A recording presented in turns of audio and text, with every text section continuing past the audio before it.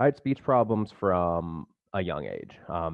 I think I'm a bit unusual in that I didn't develop a stuttering problem until I was 12.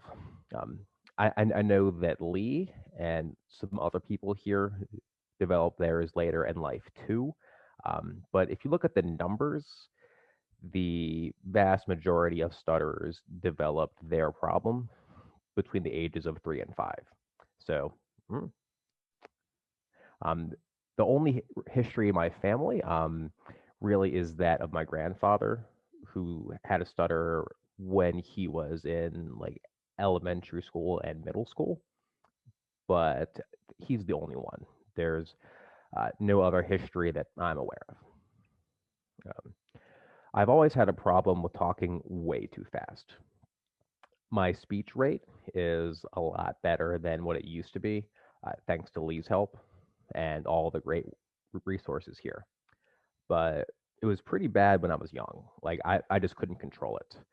My mind would go like 1,000 miles an hour, and words would just fly out of my mouth in an attempt to keep up. My parents put me in speech therapy when I was 9 years old, and the speech therapists diagnosed me with cluttering. Cluttering is a speech disorder that is somewhat similar to stuttering. Um, People with cluttered speech talk in a cadence that is difficult to follow. The speech pattern alternates between being too quick and too slow, and the conversation thread can be hard to follow too. Uh, Clutterers tend to speak in a tangential, roundabout way. Um, the best way that I can describe it is it's like you're trying to gather a spider web of thoughts into a coherent narrative as you're sprinting through your speech at a breakneck pace. So I did the speech therapy for a year or so, but the improvements just didn't stick. Um, like I was never prescribed any kind of daily practice. Um, Now from SAA, I've learned that the daily practice is a must to build in new muscle memory. So looking back in retrospect, I think that the lack of daily practice and continued support set me up to fail. I would try to slow down, but I simply couldn't. In the heat of the moment, I would revert back to my old habits. And just back then, I never knew why I couldn't slow down. Somewhere in this age range, between the ages of 9 to 12, is when I began to develop negative thoughts around my speech. Um, my father would lose his patience and explode into temper tantrums. He would mock my jumbled speech and scream at me to speak English. And keep in mind, this wasn't a guy who looked like your average accountant. This was an intimidating, muscular construction worker who was nearly 7 feet tall. So, yeah. Anyway, my fast, jumbled speech evolved into stuttering at age 12 when I transferred schools. Um, Up until that point in my life, I'd always been in small, intimate settings. My new school was much larger. I transferred into the 7th grade, which meant that I was coming to a school after the other students had already formed their friend groups in 6th grade. Now, this situation poses no problem at all for kids who are extroverted and good at sports. That wasn't me. I was shy and unathletic. My shyness evolved into a severe case of social anxiety. At some point in the year, I developed the stuttering habit. The stutter was pretty bad between the ages of 12 and 15. My worst moment was freshman year when I had to give a presentation in government class. I could barely get a word out, and it was catastrophically embarrassing. However, I was able to evolve into a covert stutterer by the end of high school. I hit a growth spurt, started lifting weights, made friends, and became attractive enough so that some girls liked me in spite of the fact that I had no idea how to talk to them at all, which which is still a work in progress. I still talked too fast, but I rarely overtly stuttered in situations where I was comfortable. However, I still had almost crippling social anxiety in many contexts. I made some improvement with this during college.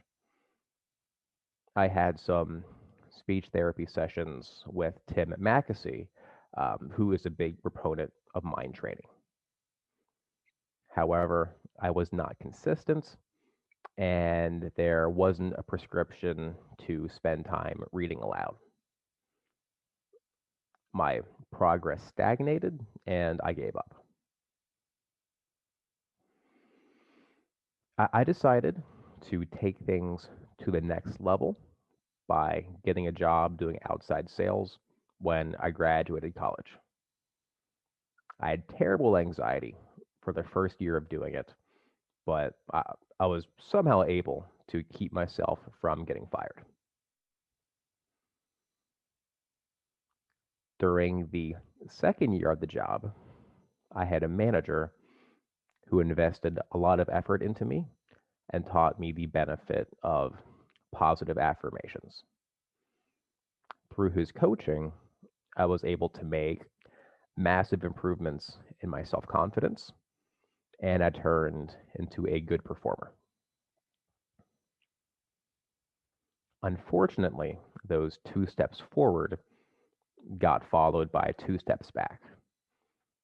The company went through massive turmoil and laid off almost everyone. My fledgling confident self image depended heavily on the context of my manager, my friends at the job, and knowing that I was a good performer at this role. Without that support structure, my confidence shattered. I picked up a job doing inside software sales, but I wasn't able to replicate my success in my new role. I also didn't really fit in with my coworkers at this new role either.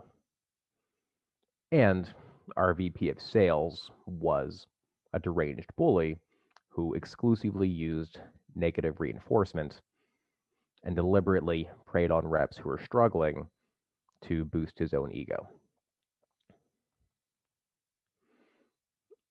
I maintained the covert stuttering, but the year and a half at this new job nullified the confidence gains of the preceding 2 years. After this job wrapped up, I got into more of an IT management role. During this time, I made some real strides in improving my speech. I found a group on Facebook called Stuttering as a Mind Body Disorder. The group took inspiration from a medical doctor named Dr. John Sarno, who believed that many chronic pain issues ultimately stemmed from repressed trauma and rage. I spent some months working through several recommended books and resources. Um, I would highly recommend the workbook Unlearn Your Anxiety and Depression. This might not be the case for everyone, but I had a a great deal of negative feelings around socializing and other people. Um, I think that addressing these underlying issues made the affirmations and mind training of Lee's method a lot more effective. But even though I made great progress with those resources for the Facebook group, it still wasn't enough. Um, I didn't have any kind of daily regimen to maintain progress, and I still spoke way too fast. And most importantly, I was still a covert stutterer. There were fewer situations that triggered the stuttering state than had ever existed in my entire life, but they still existed. A few months later, I found Lee's book on Amazon. Now, I would love to tell you that I'm one of those people who dived in 110% and made amazing progress in 3 or 4 months. But if I told you that, I'd be lying. It took me about a year before I went all in. At one point, I quit entirely during a 3 month stretch where I was working 12 to 15-hour days. And did I have the courtesy to give Lee a heads up or an explanation? Of course not. Lee, with his heart of gold, bullied me into resuming practice, in spite of the fact that I really had not treated him with enough respect. The man has absolute heart of gold. So, why did I stop? Um, I think the answer is self sabotage. For me, my anxiety and stuttering also served as an excuse to keep myself from fully engaging in my life and creating stronger relationships with people. I half assed the Levitt method for months because subconsciously I didn't want to fully change. I got to the point where I was just good enough to go through my day to day life, and then I was done. I didn't want to finish the job because of these negative ideas that I had about life and relationships. Lee mentioned that a lot of people do what I did. They get almost to the end, but then quit. And I'm telling you, they're quitting because finishing the job would allow them to do something that they don't want to do. There is some aspect of their lives that fully conquering stuttering would allow them to face that they still don't want to confront. Until they do the work and explore those underlying issues and decide that they want to change, they won't finish the job. You have to ask yourself, do you really want to beat it?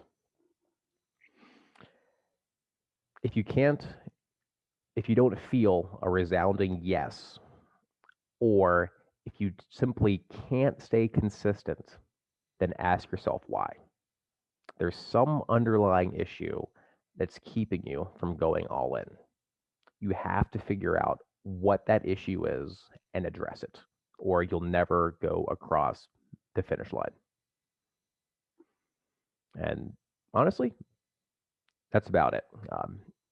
I'm still working on learning to love to speak and embracing my cadence and vocal style. For everyone here who's a beginner, I would really encourage you to adopt Lee's methods and embrace the principles. It might seem crazy at first, but if you put the work in and fully commit to it, you will see results. It won't be instant, could take a year to a year and a half, but it will work 100%.